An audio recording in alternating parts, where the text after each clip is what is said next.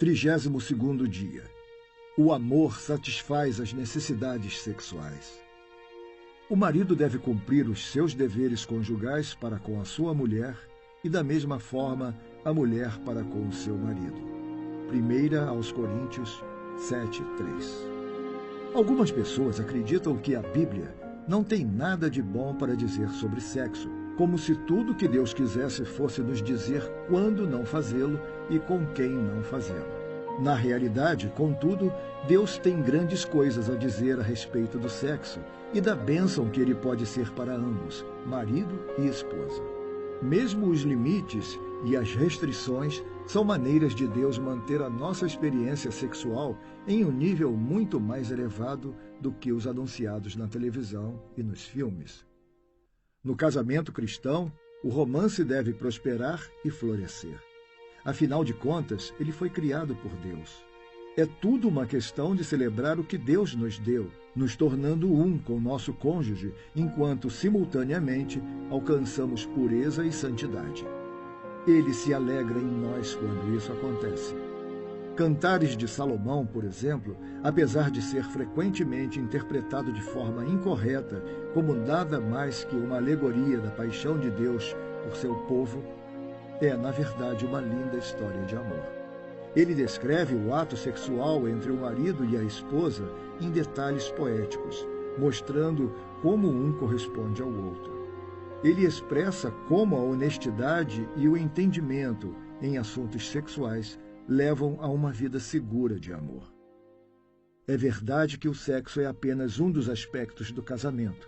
Contudo, com o passar do tempo, um de vocês dará mais importância a ele do que o outro.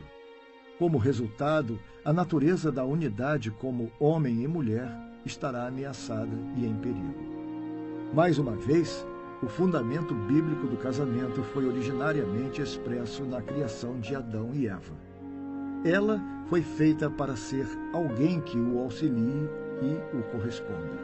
Gênesis 2:18. A unidade do relacionamento deles e do seu corpo físico era tão forte que foram considerados como uma só carne. Gênesis 2:24. Esta mesma unidade é a marca de todo casamento. No ato do romance, unimos o coração um ao outro em uma expressão de amor que nenhuma outra forma de comunicação pode atingir. É por esta razão que o leito conjugal deve ser conservado puro. Hebreus 13:4. Esta mesma experiência não é para ser compartilhada com mais ninguém. Entretanto, nós somos fracos.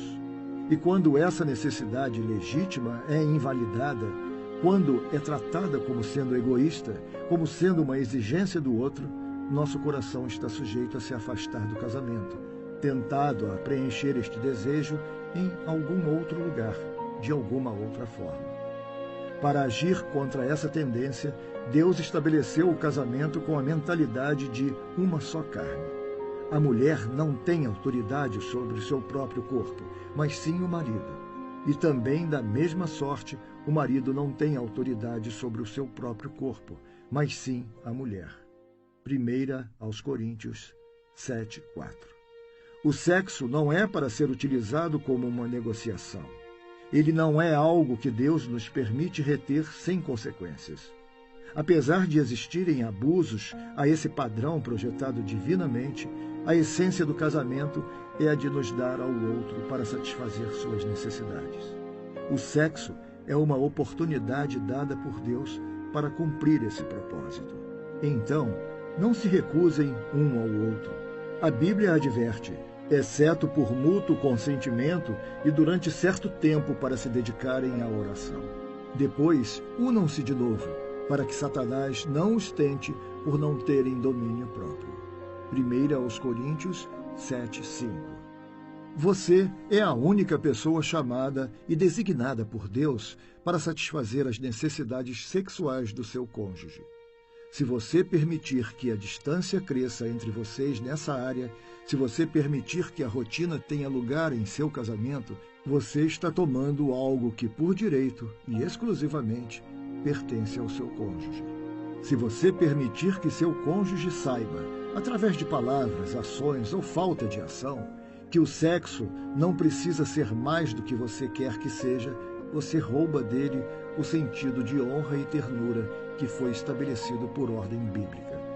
Você viola a unidade, uma só carne, do casamento.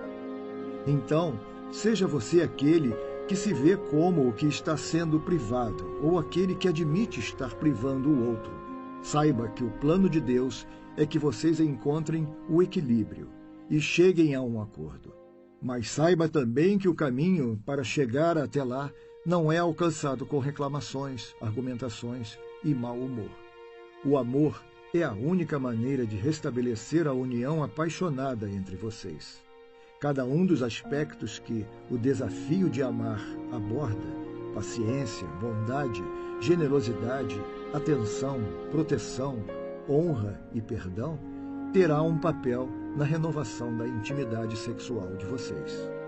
Quando o amor de Cristo é a fundação do seu casamento, a força da amizade e a relação sexual podem ser experimentadas a um nível que o mundo nunca conhecerá.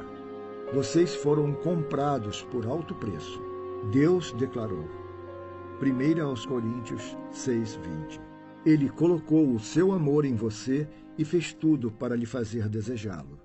Agora é a sua vez de pagar o preço do amor para ganhar o coração da sua esposa ou do seu marido. Quando agir assim, você sentirá a felicidade absoluta que flui quando o sexo é feito por todas as razões corretas. E, como se não fosse suficiente, você também terá a oportunidade de glorificar a Deus com o seu próprio corpo. 1 Coríntios 6:20. Que bonito! 32º dia. O amor satisfaz as necessidades sexuais. Desafio de hoje. Se possível, relacione-se sexualmente com o seu marido ou com sua esposa hoje. Faça isso de maneira que honre o que o seu cônjuge lhe disse ou deixou implícito a respeito das necessidades dele em relação à sexualidade. Peça a Deus para que esse momento seja agradável para os dois e para que também seja um caminho para uma intimidade cada vez maior. Anote no seu livro quando o desafio de hoje estiver completo. Essa foi uma experiência satisfatória para você? Se não aconteceu da maneira como você esperava, o que você acha que está dificultando a situação?